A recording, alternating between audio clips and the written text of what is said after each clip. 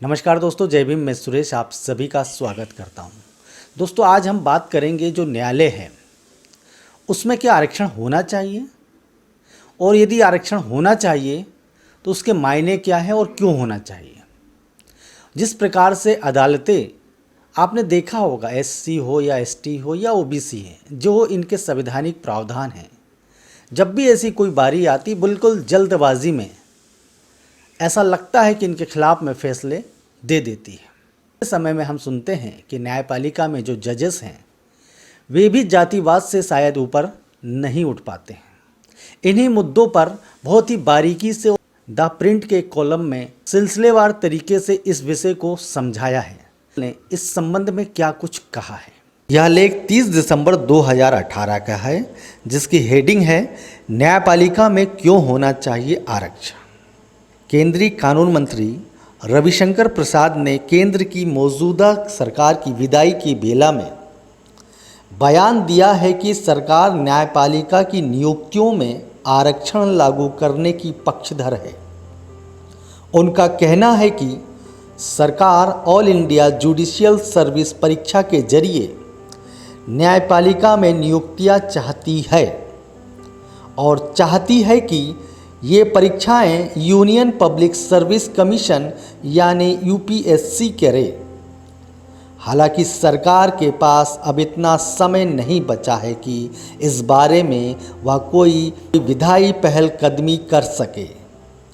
देश में कानूनी और न्यायिक सुधार को दिशा देने के लिए नीति आयोग ने भी अभी हाल ही में स्ट्रेटजी ऑफ न्यू इंडिया 75 नाम से एक रिपोर्ट जारी की है, जिसमें अखिल भारतीय न्यायिक सेवा के गठन का सुझाव दिया है। रिपोर्ट में कहा गया है कि इस सर्विस के लिए सिलेक्शन का काम यूपीएससी करे। वह लोअर जुडिशरी के लिए जज, इंडियन जुडिशियल सर्विस के लिए अफसर, प्रोसिक्यूटर, कानूनी सलाहकार और लीगल ड्राफ्ट्समैन का काडर बनाए।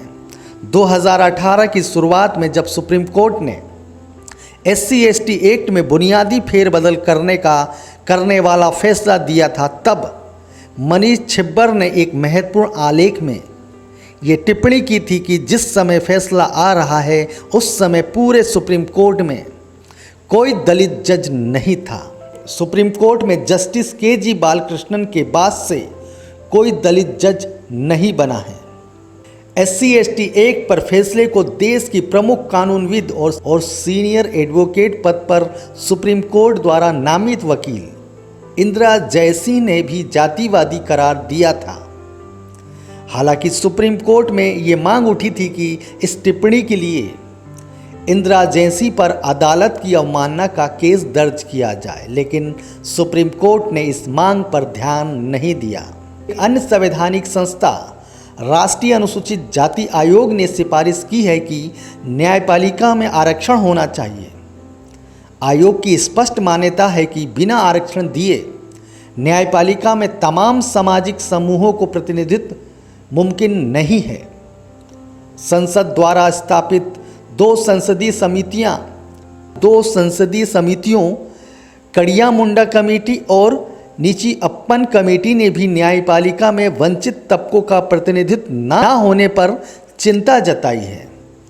इन प्रमाणों से स्पष्ट है कि भारतीय न्यायपालिका में न्यायिक सेवा के जरिए नियुक्ति और आरक्षण की बहस अब काफ़ी तेज हो गई है। ऐसा माना जा रहा है कि संविधान के अनुच्छेद 312 में उल्लेखित अखिल भारतीय न्यायिक सेवा के गठन पर सरकार को संविधान के अनुच्छेद 16 में किए गए रिजर्वेशन के प्रावधान को लागू करना ही पड़ेगा, जिससे कि समूची न्यायपालिका में SC/ST OBC का प्रतिनिधित्व सुनिश्चित हो पाएगा। अखिल भारतीय न्यायिक सेवा के गठन की संस्तुति विधि आयोगों की रिपोर्टों और मुख्य न्यायाधीश के सम्मेलन 1961, 1963, 1965 से निकलकर आई थी, जिसको आपातकाल के समय लाए गए 42वें संविधान संशोधन से अनुच्छेद 312 में शामिल किया गया था। जजों की नियुक्ति पर पूर्व राष्ट्रपति नारायणन का महत्वपूर्ण हस्तक्षेप।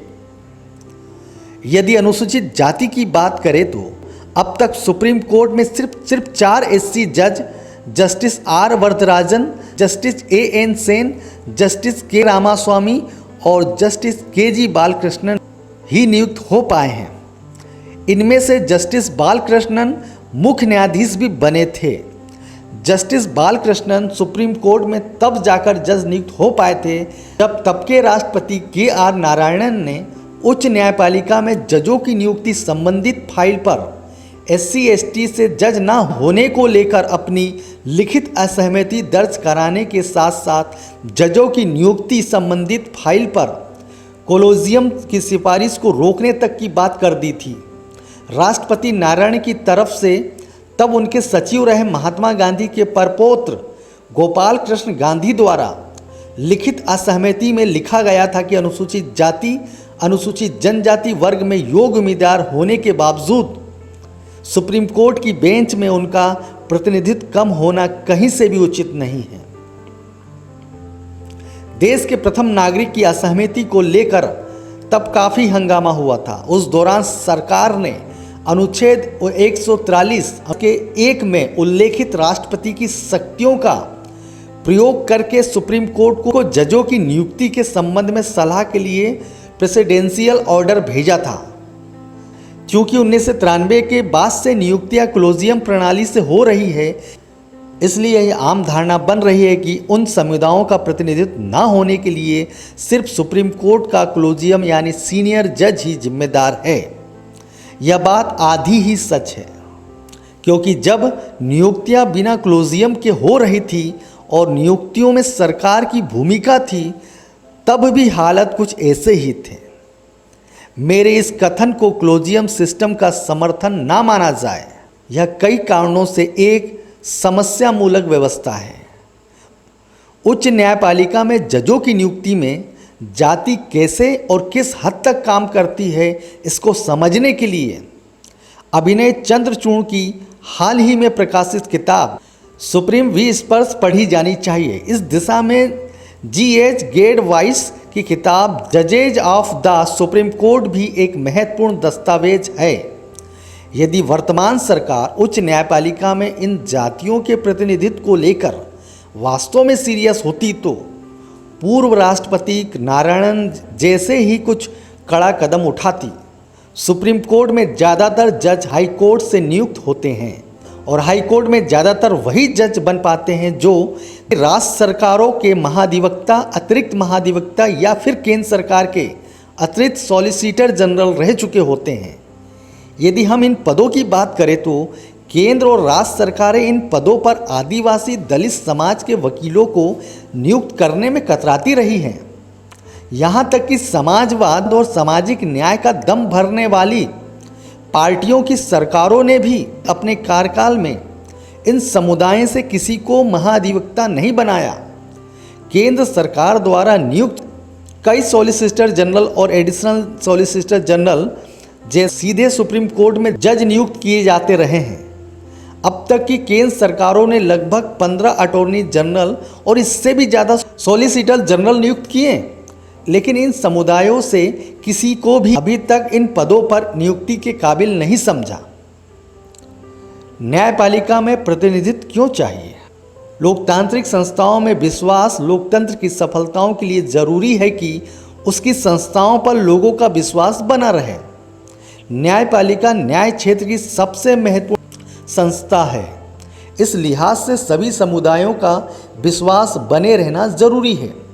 हमारे संविधान निर्माताओं ने स्वतंत्र और निष्पक्ष न्यायपालिका की संकल्पना पर न केवल बल दिया था, बल्कि उसके लिए अलग अलग संवैधानिक प्रावधान किए।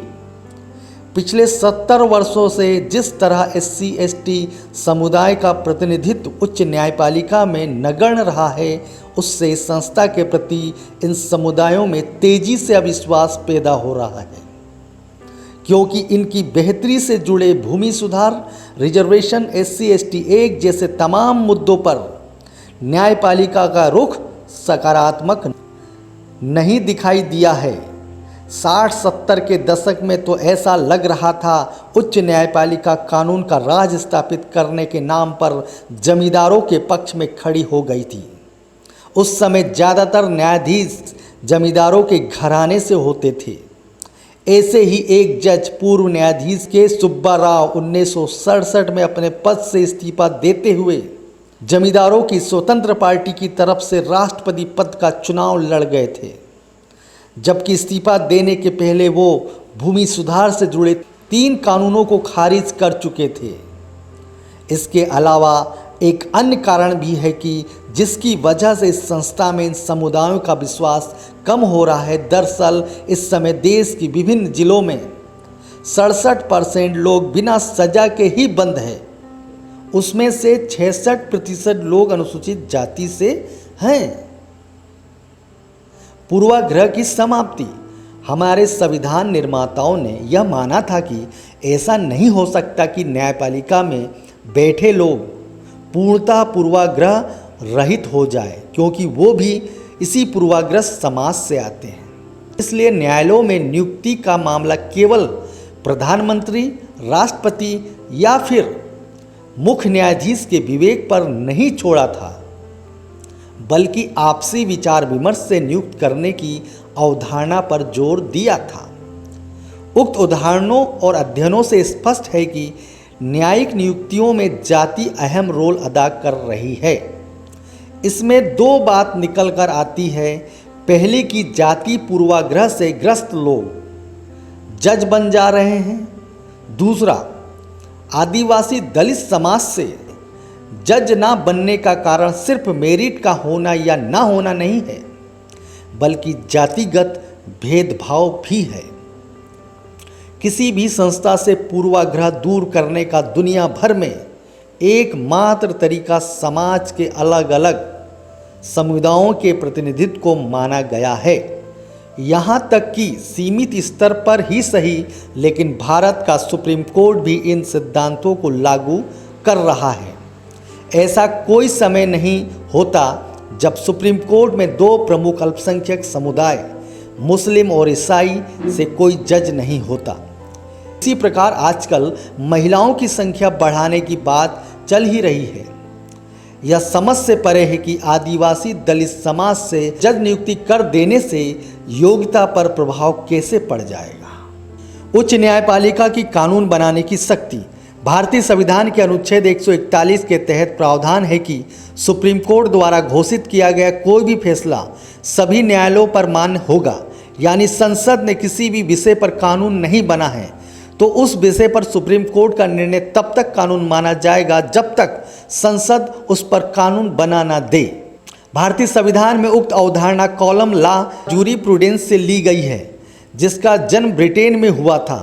इस जूरिप्रूडेंस में कानून की अनुपस्थिति में जज का निर्णय ही कानून माना जाता है, इसलिए जज अति महत्वपूर्ण हो जाता है।